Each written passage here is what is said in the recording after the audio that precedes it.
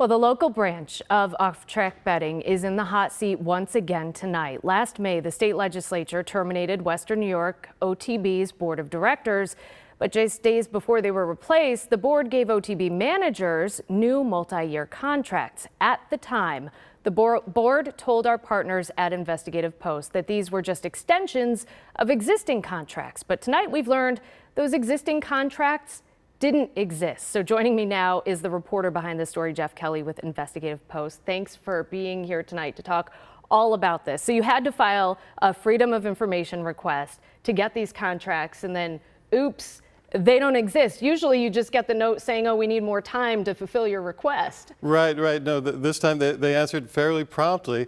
Yeah, we asked for the previous contracts so we could compare those contracts with the new ones that were awarded just weeks before this change in governance. And they told us we have no records to satisfy that request. That is to say, no contracts. And that confirms what a former OTB executive who is now suing the agency told us, that there were never contracts for executive managers at OTB, that in fact they were against policy.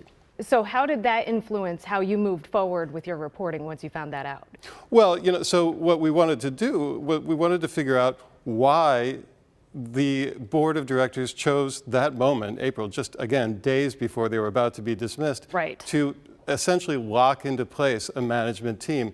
And it's because it was no secret that these reforms were coming, of course. So where does it stand right now with those executives who got those alleged new contracts? What's the deal with them? Well, so those contracts are in place. The board of directors is changing. All of the municipalities that own OTB have been instructed to name new board members. Some board members, some municipalities have renamed the same people. Some people are new. One of the assembly members who pushed this reform, Monica Wallace, has told the board of directors that she hopes they will investigate the awarding of these contracts and, if necessary, void them.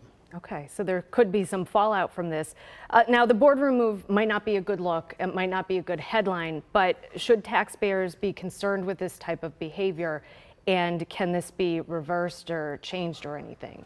Well, the reason that Monica Wallace in the Assembly and Tim Kennedy in the State Senate pushed these reforms to the governance of the board was that for the last several years, OTB has been under intense scrutiny. There are allegations of misuse of public funds in terms of giving healthcare, very expensive health care to board directors, the way they let out contracts, and various other matters. That's what led to these reform measures. So yeah, it's an issue for taxpayers because the income earned by OTB is split among these municipalities, the counties and cities that own it. And real quickly, before the pandemic, there were reports of maybe the FBI doing an investigation. Is there anything there? Well, as far as we know, those investigations, those inquiries continue. All right. Jeff Kelly from Investigative Post, thank you for being here tonight at 5:30. It's my pleasure. Thank you, Kelly.